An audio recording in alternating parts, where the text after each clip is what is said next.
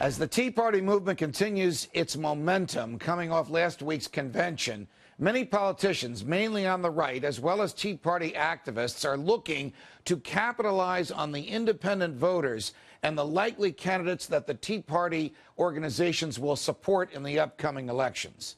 One such example is the race for governor in the great state of Oklahoma.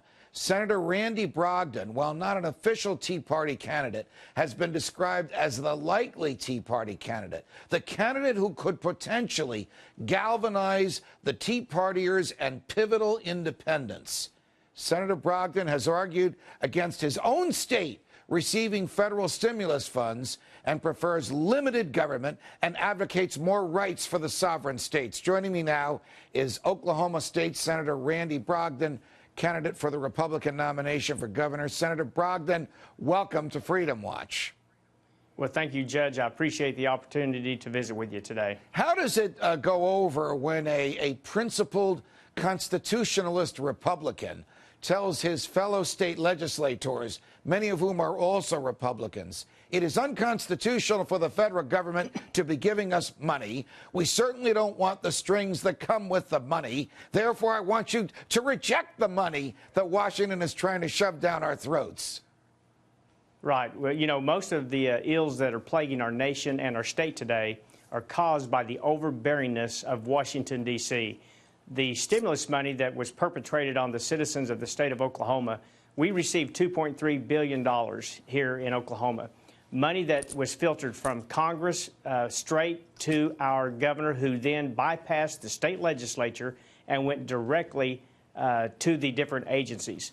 I will tell you that I was the only senator last year that voted against our appropriations bill on really a couple different constitutional stance. Number one, it was a Senate bill, and we here in Oklahoma have in our Constitution that all revenue bills must originate in the House of Representatives. Right. And the other reason I voted against it is simply because of this unconstitutional act that Obama has perpetrated on the citizens around this country, forcing this free money from Congress, which is doing nothing more than bankrupting our kids, their economic future, and our grandkids. And my goal as governor is to break those ties, cut the strings with Washington, D.C., and let the state of Oklahoma govern the state of Oklahoma and get Washington, D.C. off of our backs. We are chatting with Oklahoma State Senator Randy Brogdon, who is a candidate for the Republican nomination for governor.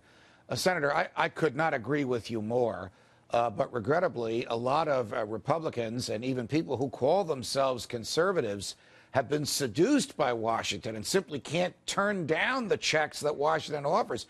And you know what's coming. A lot of that money was given out, Senator Brogdon, without any strings. The government will come along after you cash the check and say, by the way, that $3 billion we gave you, we want you to do this, that, and the other thing. They'll enact the strings afterwards, and you'll be stuck with them.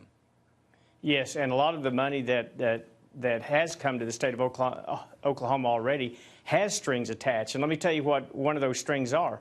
Right now, the money that we took has now put the federal government in charge of Oklahoma's budget through the 2012 budget cycle. That is blatantly unconstitutional. The federal government has no authority to tell the citizens and the state legislature on how to spend our money.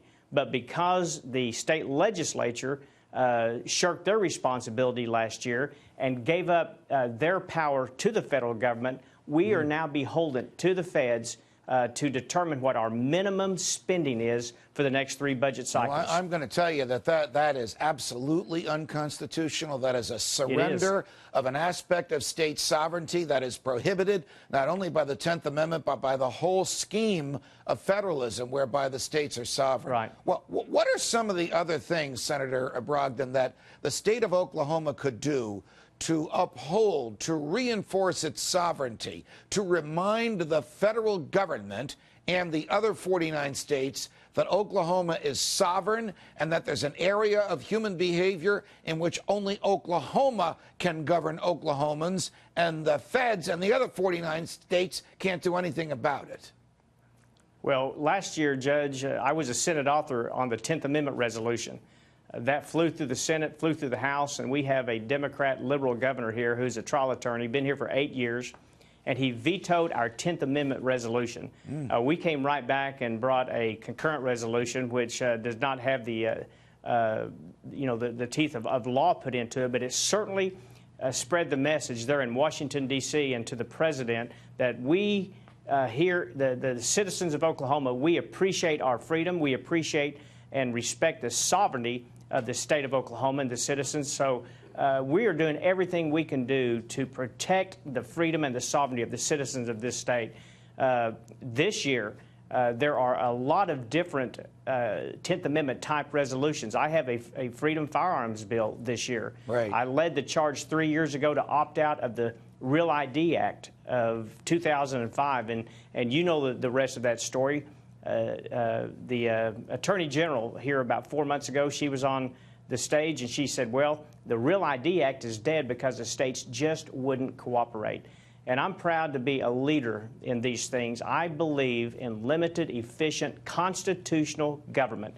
And I believe the best government is right here in the state of Oklahoma. I'm for getting the feds off of our back and out of our hip pocket and let Oklahomans take care of Oklahoma. We are chatting with Oklahoma State Senator Randy Brogdon, who's seeking the Republican nomination for governor. When you make these arguments, Senator, the primacy of the individual, the sovereignty of the states, the sanctity of the free market, the obligation to be faithful to the Constitution, are you greeted with open arms by Republicans, or are there still some Republicans who were George Bush Republicans and believed in their version of big government, no matter what the Constitution or the natural laws say?